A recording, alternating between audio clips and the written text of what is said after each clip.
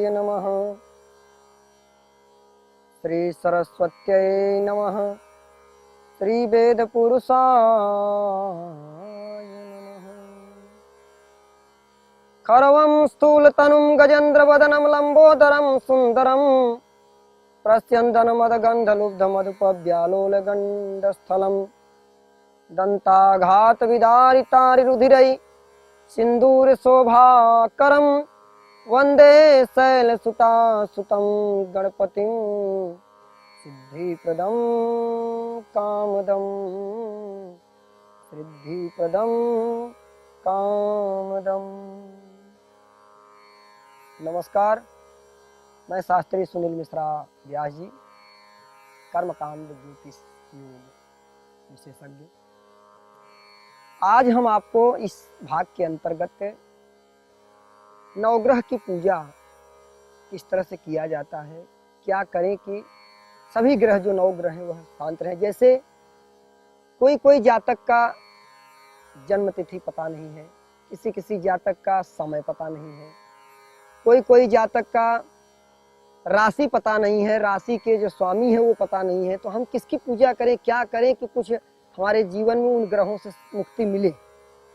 तो पूरा का पूरा नवग्रह की पूजन के बारे में, नवग्रह के बारे में हम आज सीधे सीधे बता रहे हैं कि यह पूजन करें आप नवग्रह शांत रहेंगे। नवग्रहों में सूर्य, चंद्र, मंगल, बुध, गुरु, शुक्र, शनि, राहु और केतु ये आते हैं। अब हम यदि किसी भी ग्रह हमारा उच्च का है या नीच का है, इससे हमसे कोई क्योंकि पता नहीं है कौन सी ग्रह हमारा उच्च का है, कौन सी ग्रह नीच का है, तो हम पूरे के पूरे नवग्रहों को एक साथ ही आवाहन, पूजन और अर्चन कर लेंगे, तब भी हमारा जो है कुंडली में या हमारे जीवन में अच्छा प्रभाव प्राप्त होगा। उसके लिए किया क्या जाए कि आप सर्वप्रथम सुबह सुबह स्नान करके किसी भी दिन पूर्ण श्रद्धा और भक्ति के साथ में अपने आसन पर बैठें। स्नान इत्यादि करने के बाद पवित्री आचमनी करें। उसके बाद फूल अक्षत लेकर के आप ध्यान करें नवग्रह का। अगर कोई प्राप्त कर सकता है तो नवग्रह की जो यंत्र होती है उस यंत्र को प्राप्त करके घर लाएं, और उस यंत्र में सभी 9 ग्रह छपे होते हैं, तो यंत्र ले आकर घर में स्थापित करें और सर्वप्रथम आप अक्षत पुष्प लेकर के नवग्रहों का ध्यान करें। अब नवग्रहों का ध्यान मंत्र भी है ध्यान का, लेकिन भाव पूर्वक आप कोई भी ध्यान उनके द्वारा, उनके निमित्त आप ध्यान करके वह फूल अक्षत छोड़ें। सूर्य सौर मथेन्दुरुच पद्मीं सन्मंगल मंगल सद्बुद्धिं च बुधो गुरुश्च गुरुताम शुक्र सुखम समशनिः राहुर्बाहु बलम करोतु सत्तम केतु कुलस्योन्नतिं नित्यं प्रीतिकरा भवन्तु ममते सर्वे अनुकूला ग्रहा। सभी ग्रहों के लिए वह अनुकूल हो जाए हमारे। आप अक्षत पुष्प उनके आवाहन के लिए रखिए, उनको बुलाइए श्रद्धा पूर्वक, अक्षत का उनको आवाहन करिए, अक्षत छोड़ करके पुष्प रख करके उनको आसन रखिए। आसन रखने के बाद 3 बार जल घुमा करके नीचे छोड़ें, जिससे भाव करें कि हम उनका पैर धुला रहे हैं, उनका हाथ धुला रहे हैं और मुख में जल दे करके आचमन करा रहे हैं। उसके बाद स्नान कराएं, उस यंत्र पर जल द्वारा सिंचन कर दें। हल्दी, कुमकुम, जो भी व्यवस्था आपके पास है उस व्यवस्था से टीका चंदन करें। उनको अक्षत चढ़ाएं, पुष्प चढ़ाएं, अगरबत्ती 2 जला दें। कुछ कपूर हो तो कपूर का दीपक जला दें या तो घी का दीपक जला दें, और तत्पश्चात धूप दीप करके कुछ नैवेद्य उनको अर्पण करें। और नैवेद्य अर्पण करने के बाद उनको कुछ प्रदक्षिणा के रूप में आप हाथ ऐसे करके दक्षिणा के रूप में कुछ दक्षिणा चढ़ा दें, और पुष्प लेकर के उनसे प्रार्थना करें कि हे ग्रह भगवान, आप हमारे कुंडली में या कहीं भी हमारे परिवार के कुंडली में किसी भी विपरीत अवस्था में हो तो आप अनुकूल हो जाएं, हर तरह से हमारा मंगल करें, हर तरह से हमारा कल्याण करें। यह भाव करते हुए उनसे प्रार्थना करें। प्रार्थना का मंत्र है ब्रह्मा मुरारी त्रिपुरांतकारी भानु शशि भूम सुतो बुधश्च गुरुश्च शुक्रः शनि राहु केतवः सर्वे ग्रहा शांति करा भवन्तु। बड़ा है।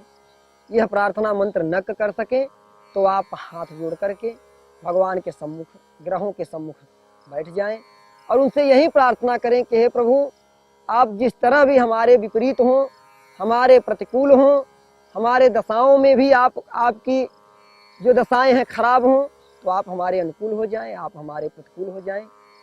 प्रतिकूल न हो, हमारे अनुकूल होकर के हमें वह पुण्य प्रदान करें, वह फल प्रदान करें। और यह सब कर सकें तो करें, बहुत ही सरल उपाय है। और नहीं तो सभी ग्रहों के जो मुख्य हैं वह भगवान भोलेनाथ हैं, क्योंकि समस्त ग्रहों का जो रिलेशन होता है, संबंध होता है, वह भगवान भोलेनाथ जी से है। तो आप भोलेनाथ जी का भी सेवा करते हुए, उनका पूजन करते हुए आप प्रणाम कर लेंगे कि हे भोलेनाथ, आप ग्रहों को उनके हमारे अनुकूल बनाएं। तो आप भोलेनाथ जी का भी पूजन करें, रुद्राभिषेक कराएं, या उनके मंदिर में जाकर के शिवलिंग पर बेलपत्र वगैरह चढ़ा करके उनका अर्चन पूजन करके और उनसे प्रार्थना करें कि प्रभु आप ग्रहों को शांत करें। तो इससे भी ग्रह की शांति हो जाती है। तो जिनका पता नहीं है, जिनके बारे में ये नहीं मालूम हमारा जन्म तिथि, हमारा ये सब, तो आप केवल नवग्रहों का इसी ढंग से पूजन कर देंगे तो सारे नवग्रह शांत हो जाएंगे, सारे नवग्रह हमारे अनुकूल हो जाएंगे और हमें अच्छा फल प्रदान करेंगे, जिससे हमारे जीवन में उत्तरोत्तर वृद्धि प्राप्त हो, हमारा जीवन सुखमय बने, हमारा जीवन अच्छा से अच्छा बीते। यह आप करके स्वयं से भी अनुभव प्राप्त कर सकते हैं। नवग्रह को और भी पुष्ट बनाने के लिए आप एक नवरत्न की जो नवग्रह होती है, उन नवग्रह का एक अंगूठी आती है जो आप पहन के और ग्रहों को शांत कर सकते हैं। अथवा नवरत्न माला आती है जो इस समय आप स्क्रीन पर देख रहे होंगे। नवरत्न माला आप धारण करेंगे तब भी नवग्रह की शांति, सभी ग्रहों की शांति हो जाती है, जिसमें सभी जो नवरत्न माला में सभी ग्रहों के रत्न मौजूद होते हैं, जो आपके सामने हमारे गले में दिख रहा होगा, जिसमें मोती भी है, मूंगा भी है, माणिक्य है, नीलम है। सभी ग्रहों का जो रत्न होता है वह एक साथ बन करके मिलता है आपको, आप उसको प्राप्त करिए। और नवरत्न माला पहनने से भी नवग्रह शांत होंगे। और नवग्रह का एक रिंग आता है, एक अंगूठी आती है, आप उसको भी पहन करके अपने नवग्रहों को शांत कर सकते हैं, पुष्ट कर सकते हैं। मंत्रार्था सफला संतु, पूर्णा संतु मनोरथा, सत्तुणाम बुद्धिनाशस्तु मित्राणाम उदयस्तु।